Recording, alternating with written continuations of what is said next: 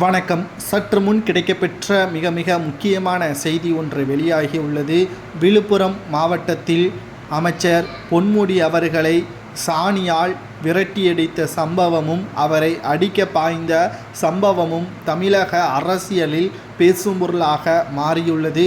கலைஞர் மகனாக இருந்தாலும் சரி, தமிழக முதல்வராக இருந்தாலும் சரி, யாராக இருந்தாலும் எங்களை பார்த்து கொள்ளவில்லை என்றால் நாங்கள் இப்படித்தான் செய்வோம் என்று பொன்முடி அவர்கள் மீது சேறு வாரி இறைத்த சம்பவம் தமிழகம் முழுவதும் வைரலாக பரவி வருகிறது. ஆளும் கட்சியே மக்கள் புறக்கணித்து விட்டார்கள். இனியும் திமுக 2026 சட்டமன்ற தேர்தலில் வெற்றியடைவதற்கு வாய்ப்புகளே கிடையாது.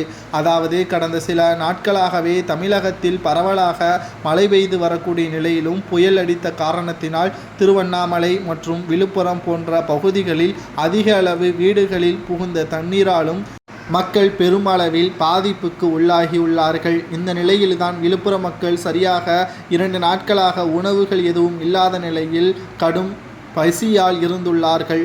திமுகவின் நிர்வாகிகள் மற்றும் எம்எல்ஏக்கள் உணவுப் பொட்டலங்களை வழங்கியுள்ளார்கள். ஆனால் அந்த உணவுப் பொட்டலங்கள் ஏற்கனவே கெட்டுப்போனதன் காரணமாக அதை சாப்பிட்ட குழந்தைகள் வயிற்றுப்போக்கு ஏற்பட்டுள்ளது. இதனால் அருகிலுள்ள அரசு மருத்துவமனையில் அனுமதிக்கப்பட்டு இருக்கிறார்கள். இதனால் கடும் கோபமடைந்த அப்பகுதி மக்கள் அமைச்சர் பொன்முடி அவர்களது காரை வழிமறைத்து அவர் மீது சேரை வாரி இறைத்துள்ளார்கள். மேலும் மக்களை அவதூறாக பேசியதன் காரணமாக நாங்கள் இவ்வாறு செய்தோம் என்று அவர்கள் கூறியுள்ளார்கள். தமிழக மக்கள் ஆளும் திமுகவின் மீது கடும் கோபத்தில் இருக்கிறார்கள் என்பது இதுவே ஒரு சாட்சியாக இருக்கிறது என்று எடப்பாடி பழனிசாமி அவர்கள் கூறியுள்ளார்.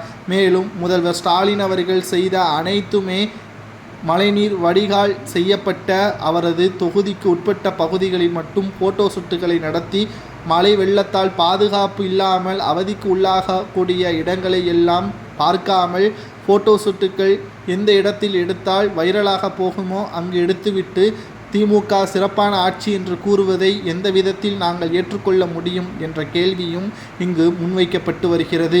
திராவிட முன்னேற்ற கழகத்திற்கு செருப்படியாக அமைந்திருக்கிறது இந்த விழுப்புரம் மக்கள் செய்த சம்பவம். கடந்த 500 நபர்கள் ஒட்டுமொத்தமாக அமைச்சர் காரை வழிமறைத்து செய்த சம்பவத்தினால் 2026 சட்டமன்ற தேர்தலில் இந்த சம்பவம் பேசும் பொருளாக மாறும் என்றும் இதனால் தமிழகத்தில் கொலை கொள்ளை சம்பவங்களும் அதிகரித்திருக்கக்கூடிய நிலையில் மக்களின் வாழ்வாதாரத்திற்கு கூட ஸ்டாலின் ஆட்சியால் எதுவும் பயனில்லை என்றும் வேதனையுடன் கூறியிருக்கிறார்கள்.